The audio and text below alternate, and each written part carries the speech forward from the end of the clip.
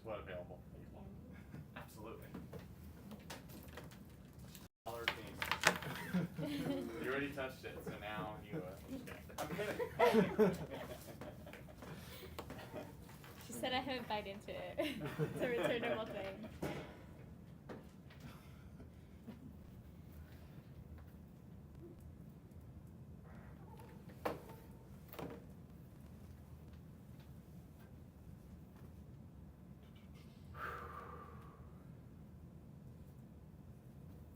I see you. If everyone wants to grab, tear it out. The one time I don't actually. That would be awesome. And we'll get started here in a couple minutes.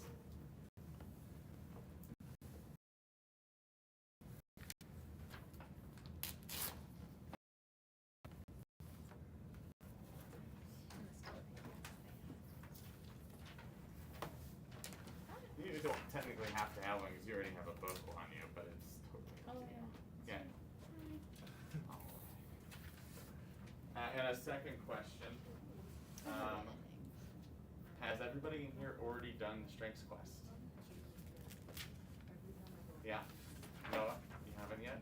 That's cool. So you'll be one of the people, and like the people actually watching this on YouTube, if you haven't, I'm really hoping that this inspires you to do a Strengths Quest training with your advisor, or with a advisor in the near future. When I was first asked to do a training on Strengths Quest, I realized pretty quickly that it would be really difficult to do a truly dynamic training if all we're doing is a Strengths Quest reading for one person, or a fake Strengths Quest reading for 100 people. It would either be way too long or way too specific and short, right? So what I decided to do instead is talk about what I discuss Strengths Quest with my own students, which is how to use your strengths to form the most dynamic path ahead as possible, right? So what we're going to be talking about primarily today is how all the things that make you super cool and make you you, right? Even if there are a lot of people like you, there's no one exactly like you. All the stuff that makes what you're going to contribute through your artistic or your business sense to the world pretty unique. Talk about how we can use those things to carve paths ahead that are as diverse and full of potential as possible, right? And apparently because I haven't talked like this with a mask on at this volume in a long time, I'm gonna get really winded a lot, so you'll have to forgive me. I might have to like stop every once in a while. Probably part of the heart thing too, but it'll all be okay. And also, to be fully honest and fully frank, I'm super nervous right now. It's been a super long time, so if I start rambling, or if you get a little lost, please break my ramble by raising your hand, and you can ask a question, right? Does that sound fun and interesting? Yes. And engaging? Yes. Great, that's 3 things. I love it. All right, so to start a little bit about me, I'm going to talk about myself here in the beginning, and it's not to replace anybody's journey or their story of their journey. It's if somebody hasn't had these types of thoughts before, it's to have a framework within which you can put your own stuff in place of mine, right? So though I'm going to be talking a little bit about myself here in the beginning and occasionally throughout, it does not mean that I, by any means in the measure, and it's actually a lot about what this talk is going over, about how you are going to be your own measure, right? But I am just an empty vessel with specific examples that you put your own examples on top of, right? So I'll start by saying that when I was growing up, the first thing I ever wanted to be was a cartoonist. I loved thinking things up and putting them down on paper and seeing if other people could tell what they were, or seeing if I could get other people to be amazed by them, right? So I drew all the time as a kid. Then one day, as I started developing a lot more energy, somebody gave me a drum pad, and I just became totally transfixed by the feeling of playing drums, the ability to take energy that was in my body as opposed to just my head, and make it real for others to hear, then became the main thing I wanted to do. So I wanted to be a drummer in a rock band one day, right? I played drums and I got very good at them for a long time. Then eventually, I decided that it was really hard to write songs. And every time I'd hear a song, I loved the ability to say that this was something that I created that other people joined in on, right? So I eventually learned guitar because it was easier to write a song on a guitar than it was on the drums, right? And then as I was writing songs, which were all horrible, none of them are any good, I promise. I've actually looked back at my old songwriting notebook, and it's pretty juvenile, right? I eventually learned that the amount of space that you have in a song wasn't enough creative space for me because there were so much and less to impart. I needed more space, and that's when I became a writer, right? So I started writing, and I got okay at writing. I'm still probably just okay at writing, but I eventually got my MFA. And while writing, I also learned that I wanted to be able to take the stuff that I was learning and putting into work, but because the efficacy of a writer is based primarily on readership, and it was really hard for me to find a big audience, I realized that something I really enjoyed doing was just talking to people. And something a lot of my writing is about just talking to people. Or not, the writing isn't about talking, but it's all stuff that I learned from talking to people and through my own experience. So then I realized I wanted to be a teacher, right? All of these things, this incredibly dynamic path, I still can drum, I still can draw, I still can write, but I'm now primarily capacity. All of these have been very fulfilling. And this is what I want to talk about, the ability to cultivate more than one path.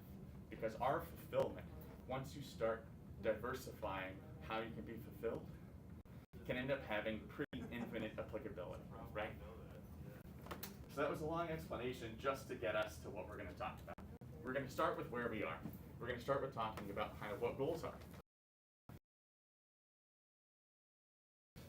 And a little bit about why we have them, and then how that compares to the idea of complete freedom, right? Complete freedom because it is often shown that the more freedom you have, the more creative you can be, right? Or even when people are limited by things they can't help, you end up becoming more free once you realize that this limit isn't actually a limit, right? Then we're going to talk a little bit about becoming three-dimensional. And anybody who's my student knows that I'm constantly talking about three-dimensionality. The ability to be able to pivot and move no matter what happens to you, right? From there, we're going to go into Zen. Does anybody know anything about Zen here? What do we think is the fundamental concept of Zen? It's like when you get into something that you're really focused into. Really focused and simple. But in this simplicity, you become fast, right? So it's becoming one with something about you and about the world around you and your connection to it that never changes. But despite the fact that it's becoming more simple, it's becoming vast, right? So we're going to talk a little bit about that and how we think about strengths and desires.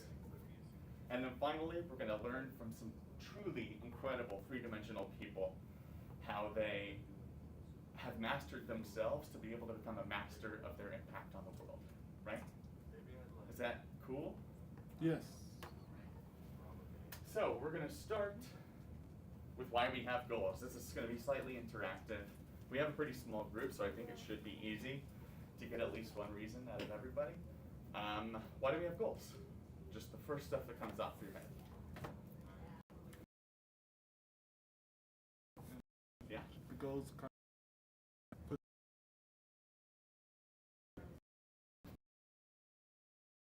Focus.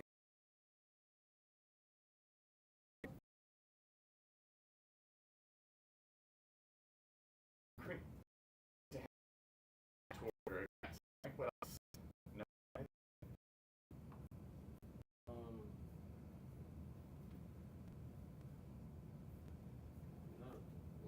It's okay. I mean, we've kind of covered a lot of the bases, right?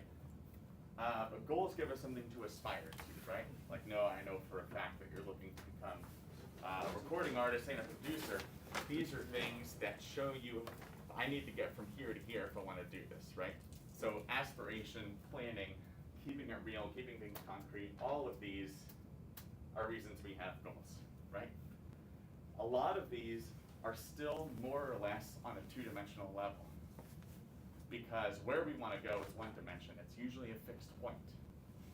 And how we're going to get there, the motivation or the planning, is a second, technically still fixed point, right? So what do we do when everything changes? I think the pandemic and the fact that certain industries were totally shut down, health scares, people surviving, not surviving, all this kind of stuff, the stuff that has drastically changed a lot of our paths, or how we're going to get there, or why we want to get there, right? So, in order to make sure that one or two things can't totally get in the way of you reaching a fixed point and then making you feel like a failure or causing an enormous amount of stress once you realize that you've been working, we fight against the guilt and shame and confusion that attends these changes in the way of fixed points, right? So we have a tiny bit of a hot take, and although I don't agree with the word dumb, I've kept it here because it is a hot take and it's something that's going to give people energy, right? But there's an incredible person named Emmanuel Acho. We just had a LinkedIn training 2 days ago. He's actually on LinkedIn. This is how I first heard about him. So everybody can follow his page and see a lot of what he's doing in the world. It's a really interesting take still though. So from here, oh, you got a sneak peek of the future. All right, hopefully the volume works.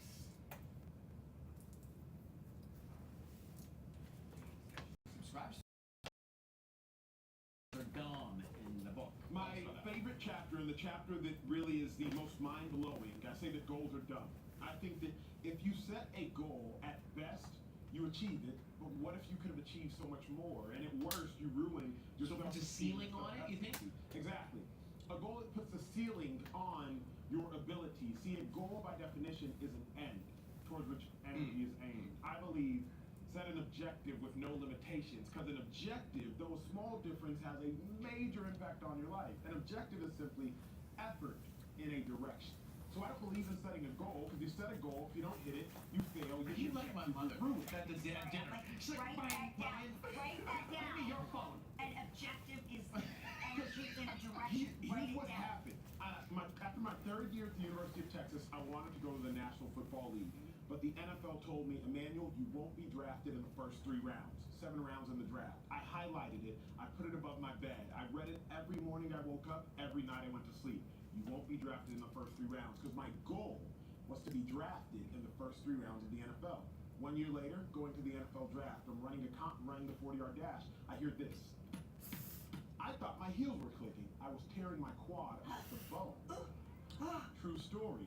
I fall to the 6th round in the NFL draft, devastated. My self-worth defeated. I was shot. I realized, stop setting goals. Because here's what we do, Kelly. By 26, I want to be married. I want to have children. By 30, I want a house. But then by 31, you're single with no kids, and all of a sudden you're questioning your worth. You're questioning your esteem. You're questioning who you are. Because if you... I no longer set goals. I just set objectives with no limitations, and I look back. When we agreed to be roommates, we said no romantic. All right. So, what do we think about that? I've already talked a lot. I haven't paused quite enough, I don't feel, in order to make sure that we are fully absorbing this kind of stuff and that everybody's on the same page. What do we think about being a that goes against even our goal setting assessment? And this is one of the reasons I'm going to talk about it later. I actually don't believe goals are dumb. I think it's an incendiary phrase that's meant to get people's attention, and it works. But I don't believe calling things dumb. Dumb is a limiting word, right? I don't love words that limit either, right? But what do we think about his thing, about the fact that this is something that you work towards, you might push yourself towards it to a place you end up hurting yourself, and then once you hurt yourself, how do you recover from that?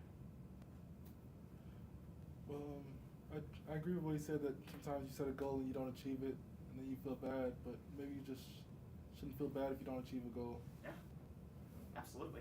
I think about goals that can, not always, but can end up becoming harmful is that they are fixed points that have very little to do with actually what we're best at or what we want to do, right? So if we allow them to be too fixed, and oftentimes they come from somebody telling us something that we've decided is important because they told us it's important, right?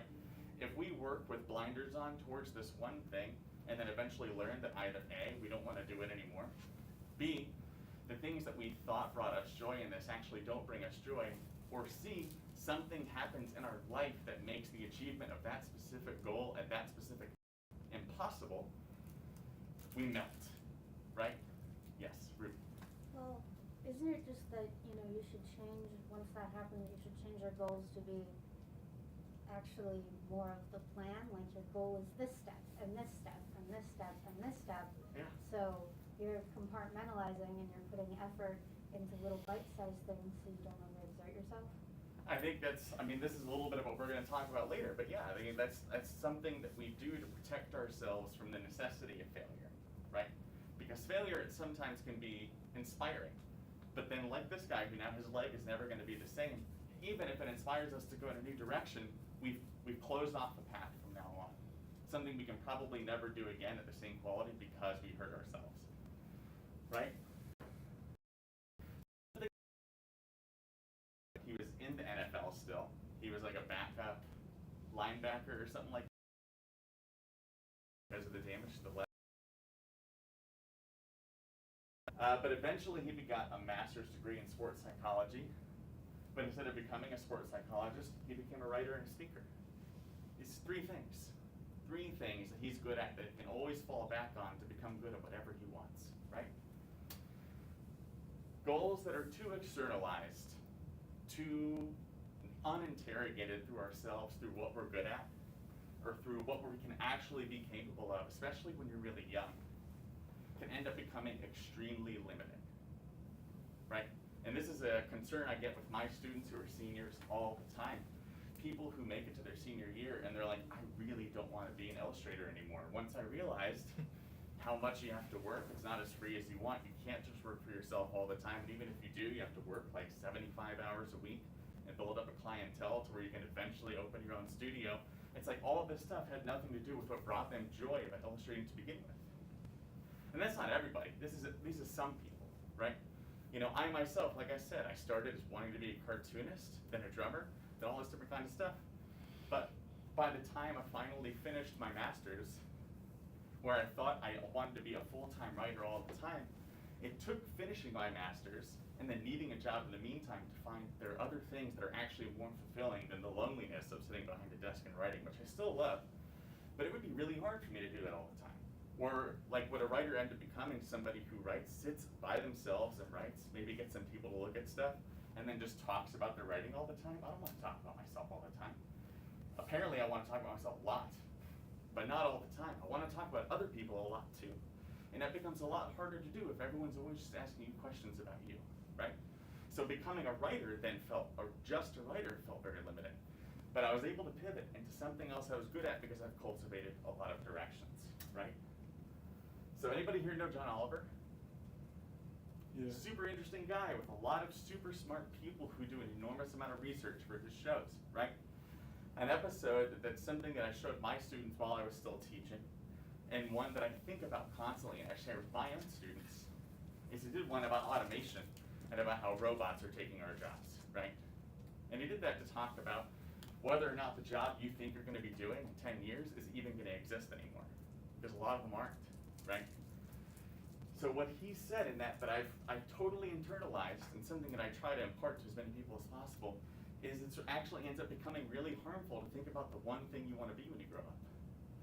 And he said about planning on working toward the 5 things they want to be when they grow up, because there's a super good chance the job you end up doing for the longest amount of time doesn't exist yet with how tech is changing everything, or you aren't going to do in the same way because of either job availability or what you discovered through 18 to 24, which is a period of time where your brain is changing a lot and what you do and do not like is changing a lot. When you think of the fact of declaring a major when you're 18 years old, it's like, dude, by the time you're 25, that might not matter to you anymore, right? So what we should be doing is, even if we have a direction, cultivating so much more stuff that we could be good at and that we could enjoy, because there's a super good chance you're going to change your mind or that job itself is going to change, right? So there's another guy that people who are my students will know I'm obsessed with. Bruce Lee is one of the most interesting people to ever live. Bruce Lee was a martial artist, also an actor, but before he became an actor, he was also a philosopher. He got his undergrad degree in philosophy, right? So once he found that martial arts and what he can do with his body on an even more simplified level was something that very few people in the world could do. He banked on that. That was the one thing about him that would probably never change, right? But the foundation of that was how flexible his mind was, right? The absolute foundation of why he pushed himself, the philosophy behind what he could do with his body, all his spirit and his mind. And one day, Bruce Lee was sparring with somebody, and that person broke his back. And he was actually paralyzed from the waist down, and doctors said he would never walk again. What do we do when we're Bruce Lee when we can never walk again? What do we think? Be a philosopher. Be a philosopher is exactly right. When that happened, when he was actually confronting the fact that he might never walk again, much less fight, he wrote his first book, The Tao of Jeet Kune Do. That book changed so much. And even the Jeet Kune Do, the martial arts style he created, all of it itself was all about total simplicity, about becoming so in tune with what your body can do and how it affects others, that he could do the 1-inch punches where he just like moves his arm a single inch and people go flying back like 6 feet, right? It's because he knew everything about his body and how it worked, and his mind and how he could work his body. So he wrote a book. Eventually he did start walking again and start fighting again, kept making movies. But this is a perfect example of, had he not cultivated so many things, when they said you'll never walk or fight again, he could have been crushed. He could have, and he was crushed. He was, because that was still his favorite thing to do, right? But there was a really good chance that had he not been the type of person that he was, that could have been the end, right? I myself, he became a hero of mine when I died, and I had a lot of brain damage, and doctors said that you will never read and write again the way that you used to. I remembered everything that I'd ever learned about Bruce Lee at that point and Jeet Kune Do, because I was like, if he can do it, I can do it. And like Bruce Lee, I found a lot of stuff that I'm good at in the meantime, especially like being a teacher and the ability to communicate with people. I became bartender, I started working in hotels, a lot of really dynamic stuff that gave me a lot of skills that once I realized that writing and the writing life, or the life of being a writer rather, wasn't going to be what gave me the most joy, I was able to very easily pivot into something that I was able to explore, right? And like Bruce Lee, I still can write, but it's no longer the only thing I want to do. So after all that, Bruce Lee started focusing a lot more on the interviews, the mind stuff, and imparting his philosophy on the world. And I don't think that's an accident, right? So, how do we become three-dimensional? How do we make sure that no matter what comes in our path, we can move around it, or over it, or totally change direction and keep moving forward, right? And for this, I want to interact with the VR world. Can I move this? Of course. Excuse me. I want to talk about dimensions using these, right? So each dimension kind of represents a question. What is the thing that comes easiest to all of us, because it has to do with the thing that's the most simple, which is what we want to do. We don't even have to interrogate ourselves and our minds and our emotions to figure out desire, because it's so natural, right? And that desire is already going to have its natural its natural propulsion towards something, because we can't not do that unless we're Buddhist. And even that takes a lot of years to figure out how to not desire stuff, and that's for certain kinds of people, not others. Sorry, I had to sidetrack, sorry. But desire is the simplest thing for all of us. Almost everyone can very easily tap into what they want. That is the first ring, right? How is what we're all at school to do. Once you figure out what you want to do, you start to try to get good at it, right? You start learning from other people. You start figuring out what direction you can go. And you start figuring out what part of what you desired is stuff that you still desire eventually. That can be the second, right? The third is the thing that the fewest amount of people actually really fully understand, which is why. People who don't understand the why they like to do what they do, why they want to have an impact on the world through these strengths, when these people hit stuff, they fall down and they stay down, right? So let's say with just the what, and I'll answer your question here in just a second. a one-dimensional shape on its own without any propulsion immediately falls over. Total arrested development, right? With minimal propulsion, it goes forward, but what does it eventually do again? It just falls. Having only a single dimension, though, is a great start. It's not a great way to keep moving forward no matter what. Now it's really, I don't think I can actually push these, let's see, with this. I don't know, because they're not actually joined, I don't think it's gonna help, but 2 dimensions, you can usually go a tiny bit further, but it's still gonna fall, right? The 3-dimensional only has to be set on something, right? It doesn't need to be pushed at all. And I can't actually show this too well because it's just a tiny ball. I didn't have a bigger one. But once this starts moving, it moves drastically further, right? And that is because it has mass and density and weight that keeps it moving on its own, right? So does all that make sense? All right, so what? Simon Sinek is also a really great thinker, and he talks specifically about businesses, and this is his golden circle. This is how we stay 3-dimensional. This is something that when you guys actually get to the point where you're going to be writing on your paper, this is actually what I want you to do, right? What is what we know we're good at, what we want to do. How is how we do it in ways that other people maybe can't, or how we learn to do it that really starts to expand the what, right? But the why is, what is the thing that's always going to keep me doing this? Why is it energizing? When Emmanuel Waltrip was talking about interrogating what we do, interrogating goals and why goals exist, he talks specifically about it's something to push energy towards. But energy is the simplest part of that, and why is how we develop that energy. And it comes primarily through thinking about what excites us and what fulfills us. So when you talk about destiny or density, you talk about fulfillment, right? That's how you fill in the 3rd dimension. What gives you energy that you can then put out into others, no matter what the how and the what is, right? So I think a lot of people naturally have a part of this, and you develop it a lot more while in college. This is not something that you figure out in like 2 years or 2 weeks.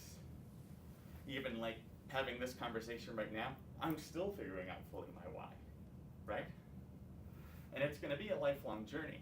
But a lot of people start with a very narrow what, how, and what.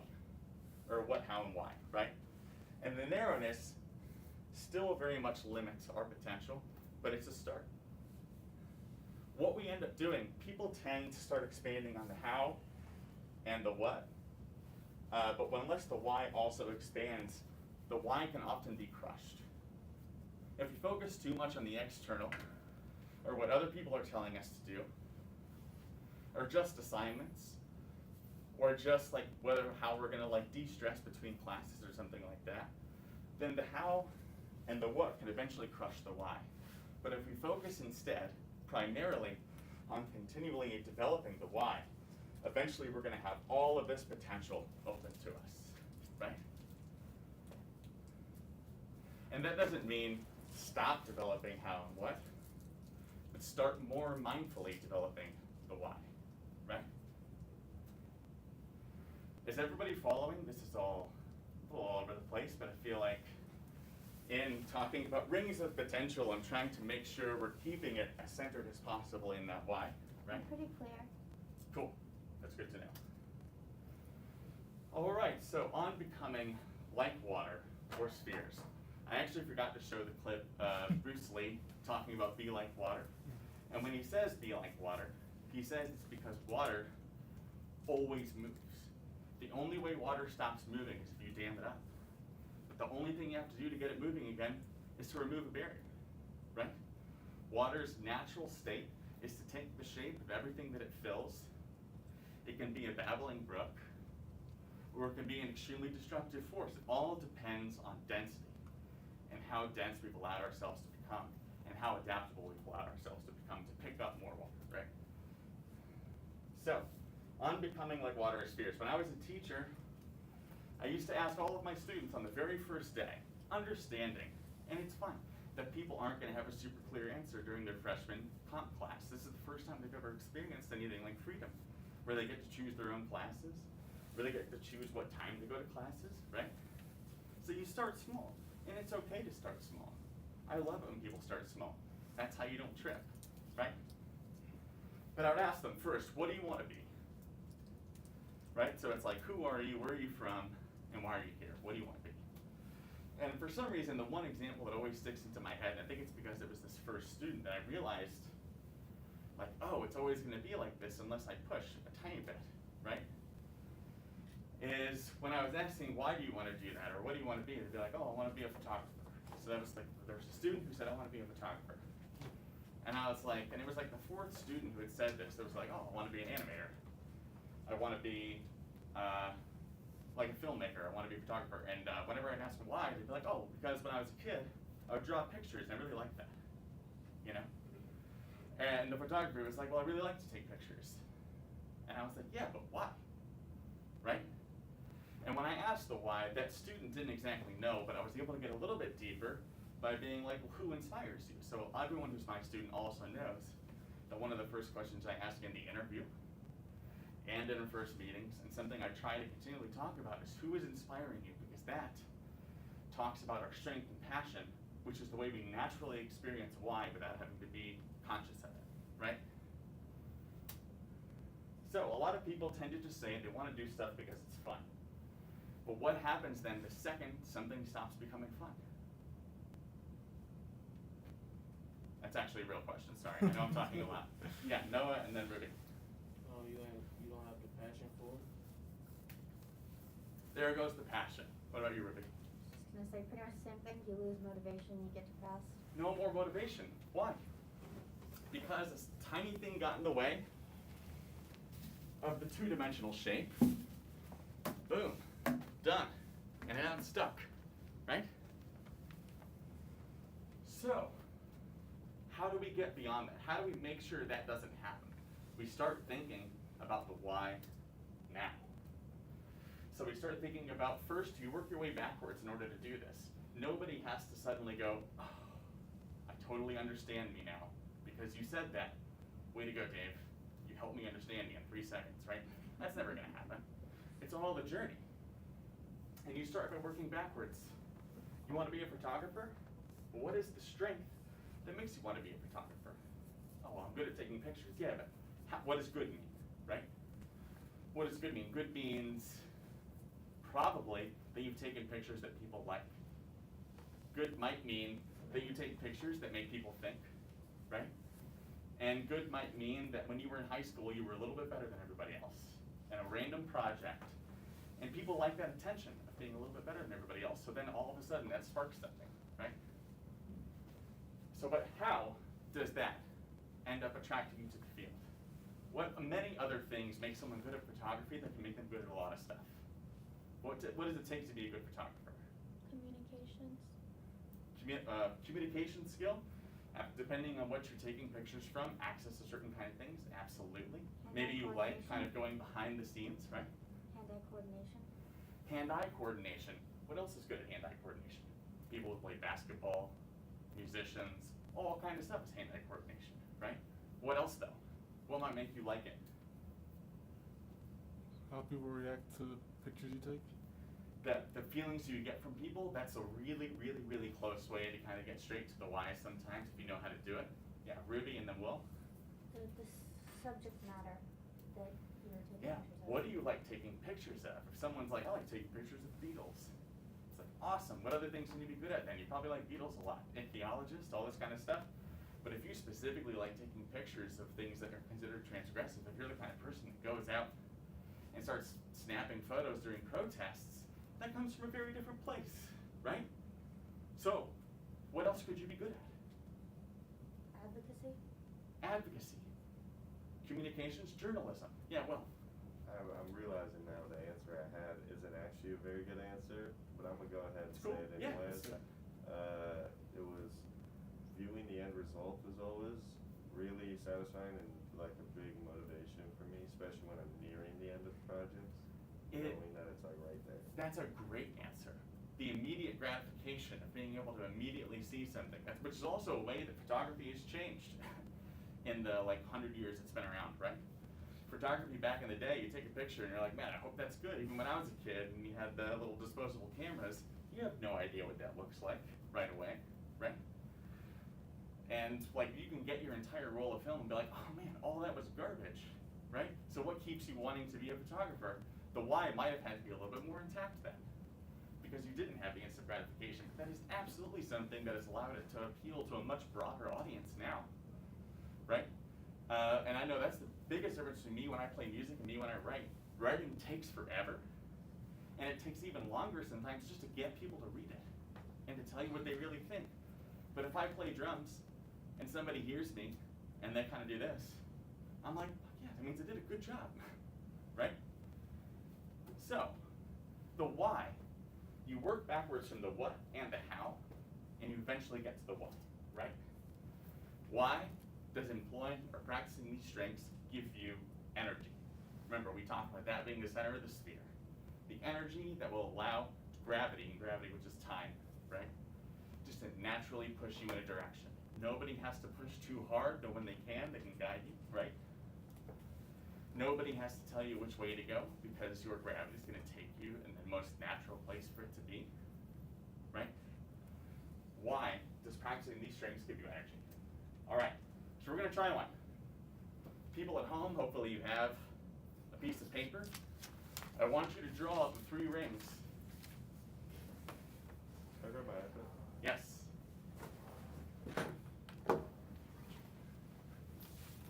And I really tried to limit how long this would take by having only 14 slides. I'm still almost at time, so we're gonna have to make this slightly faster than I thought, right? So with your piece of paper, after drawing the 3 rings, and this is one of the reasons to do the strengths quest. People here who haven't done the strengths quest, or people at home who are new TRIO students or older TRIO students, if you haven't done it, please set up a strengths quest with your advisor as soon as possible. Maybe not during finals, because this can be very jarring and end up kind of making it harder to concentrate sometimes, but especially at the beginning of semesters, this is a great way to create a lot of energy that ends up pushing you through the semester, because you start finding a new thing to focus on that's outside of how well or poorly you think you're doing in classes, and it's who am I and how am I developing my own energy, right? So, those who have done the strengths quest, hopefully you can remember a little bit about the strengths that you have. I want you to write down in the first thing what you want to do in the first ring. And the second one, you don't have to draw the circle, but it can help for some people. Then write down how your strengths make you best suited or attracted to that field. And then want to work a little bit to get to why these strengths and the expression of these strengths energize you. Once you get those written down, I want you to draw it first, because I'm going to move on to a new slide after. So raise your hand when you actually finish writing it all down. Then I can move on to the strengths slide. I actually have a slide with all of the strengths, and I want you to, as often as possible, use those strengths to get to the how and to find out your core strength.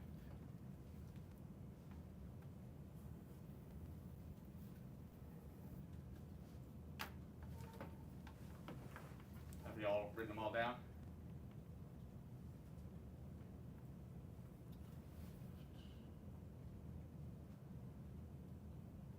All right, so these are the strengths. We're gonna take 3 minutes. So right now it's 11:41. No, it's 11:42. We're gonna go to 11:45. And then we only have a little bit left. So I'm sorry, the middle one is one of these things? Yeah, the middle one should be one of these. Or it could be 2, right? It's whatever you feel. Whatever you feel to be the most true.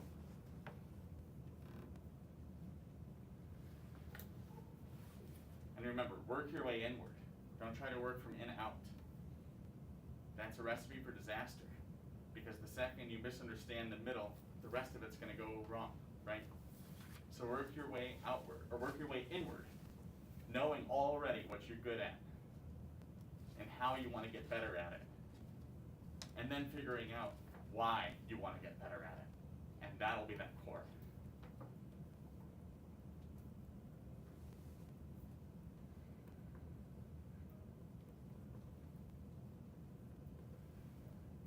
And I'm going to get another bottle of water.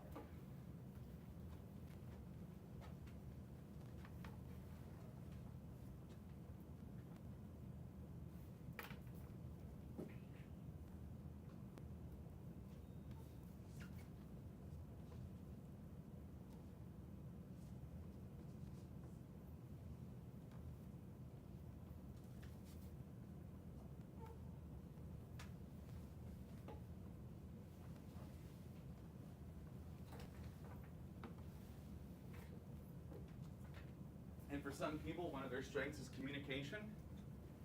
People with the strength of communication tend to talk through ideas. If you find somebody that's willing to talk about this stuff with you, you can actually chat very quietly for a little bit. I am a very active thinker. I learn best and process best sometimes, or like half the time, through conversation. It's one of the reasons why one of the things I enjoy most in life is having a talk with someone through an entire evening, like from 10 p.m. to 5 a.m. If I can do that with somebody, they are immediately one of my best friends in the world.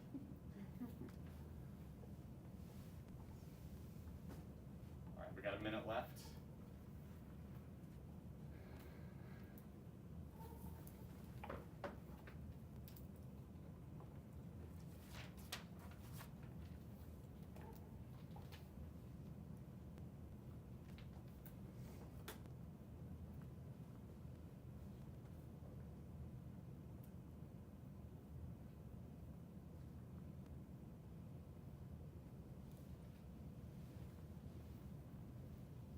So here in a second, we're going to start the conversation back up.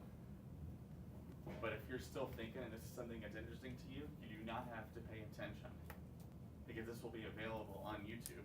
I want you to think until you find a natural stopping place so that you can continue on the rest.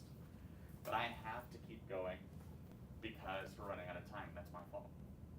But hopefully this is all very meaningful and interesting. All right. All right, so does anyone who's super brave and doesn't mind being a little vulnerable for a second want to share kind of how they worked outward in? Yeah, Ruby. So it's interesting because I felt like I really knew like the outside and the very inside. I was just like, well, I'm here because I don't really have any idea how to do that. But I actually wrote a lot down. I actually brought with me screenshots of the strength quest. Yeah. So that was really helpful. And you know, my what is obviously I want to write. And so, you know, I was looking at what I have and I just kind of kept feeling like, well, actually, interestingly, all 5 of these things are really helpful to that. Yeah. You know? They're mostly like intellectual and creative stuff.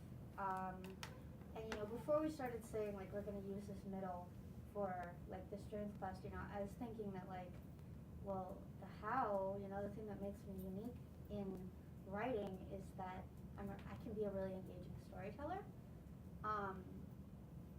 So, you know, from that I was able to narrow it down to 2 of the things that I think are like the most helpful to focus on to really just like hone that specific strength, which was I have ideation and restorative. Mm-hmm.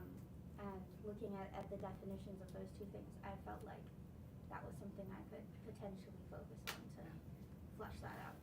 Yeah, I think that's amazing, and I'm so glad it's so helpful to this specific recording that you actually used your Strengths Quest results to find this too. And I really want to talk more about everybody's, but I did not give myself enough time for this. But I think what Ruby said was really, really important on how she worked her way in. And for another super quick example, I gave my entire litany of career directions that I thought I was going to have in the very beginning. The what for all of those is specifically like creating. the ability to take something and turn it into something I'm doing with my hands, and something that is evocative to other people's imagination, right? The how changed so many times, like music, all this kind of stuff, because, and the reason it changed is because the why is pushing myself, challenging myself, but also communication, right? Through challenging myself, and these two things feed each other. You know, when you think of atoms and like all the different stuff that makes up the center, these things absolutely feed each other. The more I challenge myself and the more that I find I'm capable of, and the more it opens up in my ability to share with others, I can't wait to share that with others in whatever way is going to speak to them best. That means as long as I'm being challenged and I'm able to communicate those challenges creatively, I'm happy. I'm fulfilled. That density means I'm never going to stop, right? All right, so all this, hopefully we see, is I'm not actually saying goals are done. Goals that are too externalized can be limiting. I'm going to go ahead and open all these because I have to go through them a little quickly. Goals that are too externalized can be very limiting, but something that especially my students know is I'm constantly talking about ghost goals, because you do need a direction to get started, right?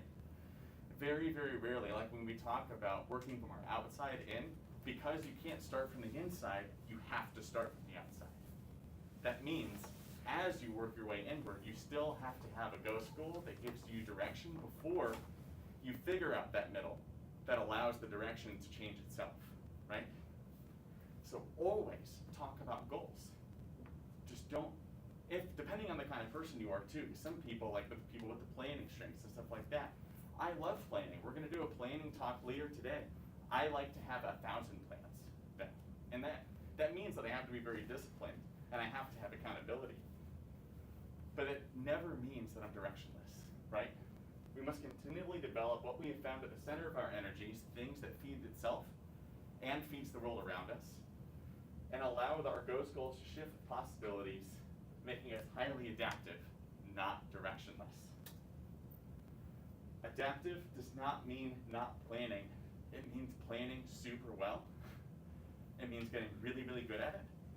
But it also means knowing yourself and the world that you're planning into, that it can change.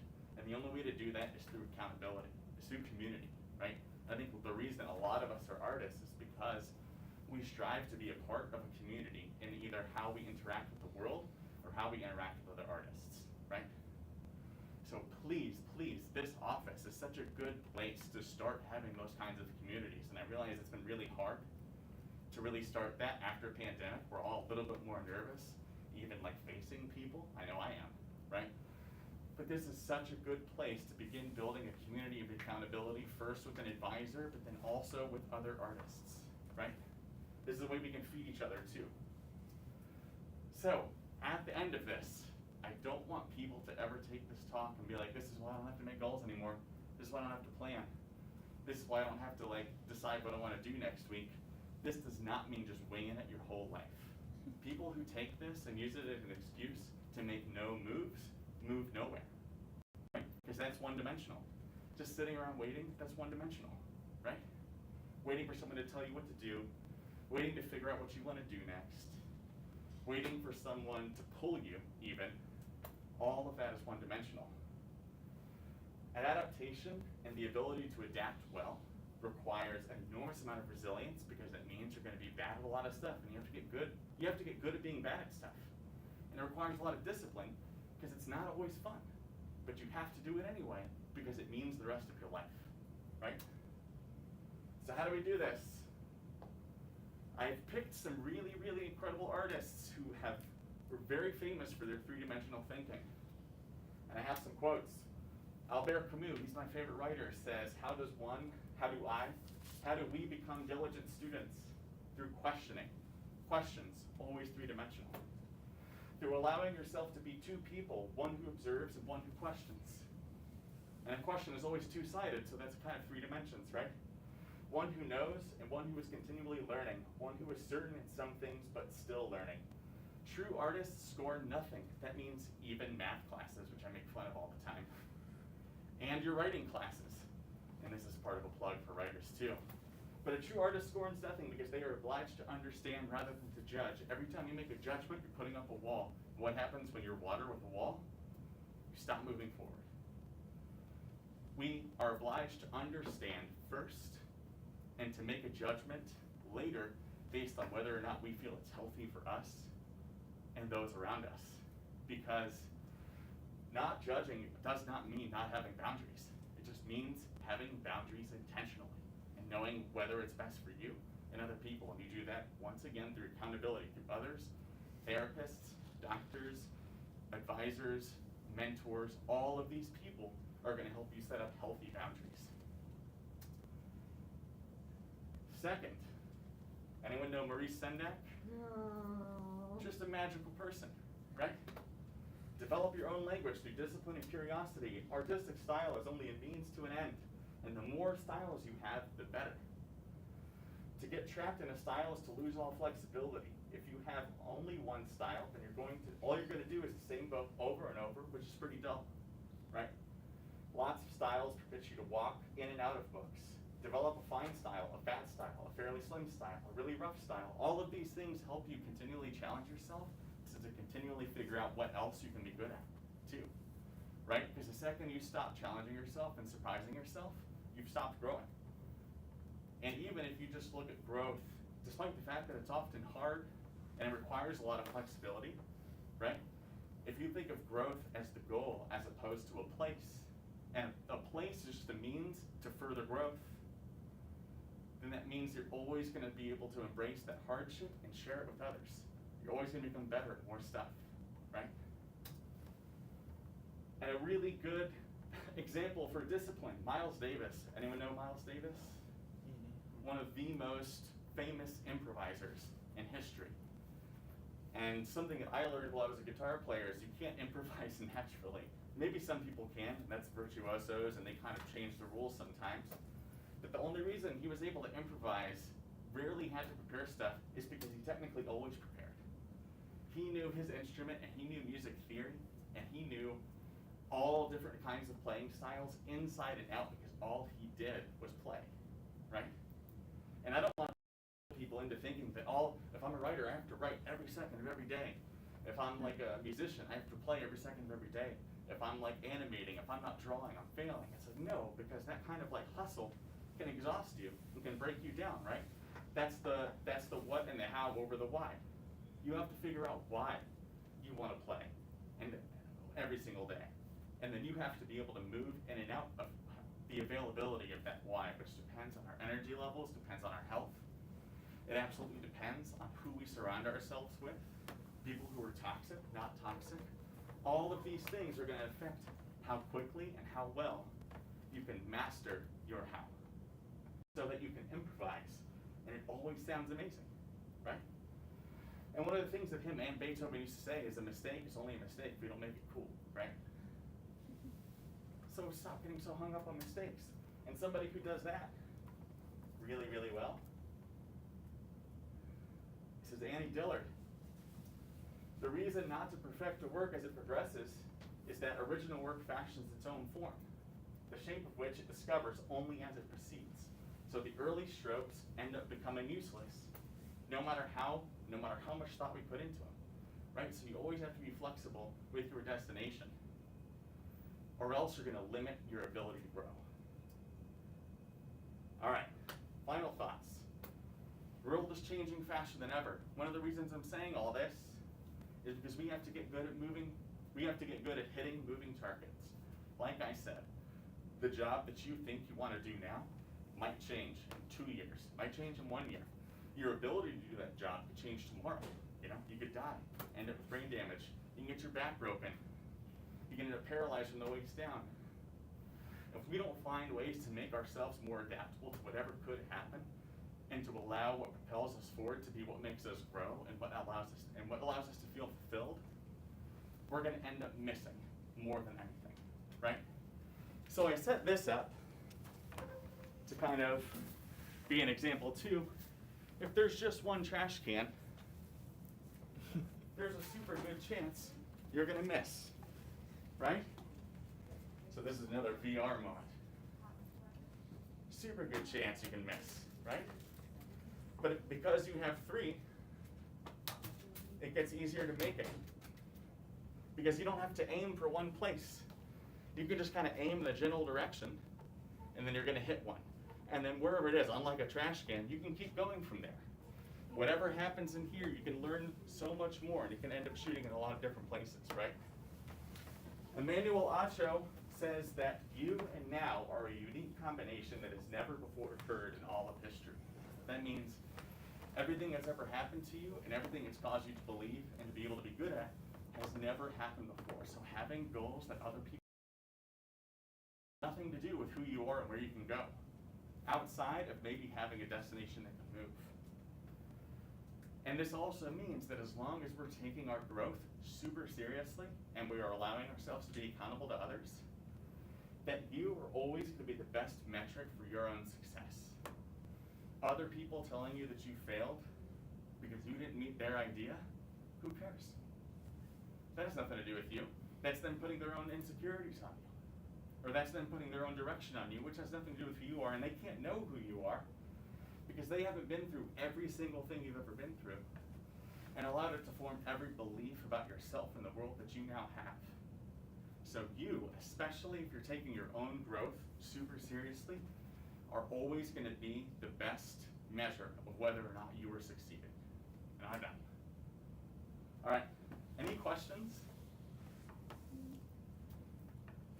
I know that was a ton of information. The Yeah. ghost goal thing kind of confused me a little bit. Okay. The ghost goal is just a way of saying it's like it's a goal. It's something that we have so that we can start from the outside in, remember? Because the only way to not have a goal and to move forward is to have a really well-rounded why, which a lot of people don't have yet, right? Like I said, mine is still constantly changing, so it's always still helpful to know that maybe in 5 years, I want to be living in a new city. Maybe in 5 years, I want to work in a newspaper, right? That helps you start taking steps. Now I have to look up, how do you start working in a newspaper? What's all this kind of stuff? But in not saying that if I don't do that, I'm gonna fail. If I learn halfway through the newspaper that actually what I wanna be is a photojournalist, and I wanna work for like a film set or something instead, then now I can pivot and not feel the guilt and shame that arrests development, right? Does that make sense? Yes. Anything else? Yes, Ruby. Does each of the circles have to be like explicitly like very related to each other? No. They can be, I mean, they're always going to be, right? Yeah. They're always going to be at least tangentially related because they're all unified in you, and you are still one person. Yeah. Even if you have a lot of different expressions, right? So they're always going to be related, but you don't have to focus on how they're related because they're relating already without you being aware of it.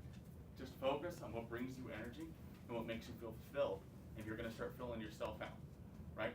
That fulfillment, that inertia that allows you to move forward, all the stuff that makes you the happiest and makes you feel the most alive, it's gonna be able to take over the like necessity of having the exact same how or what, right?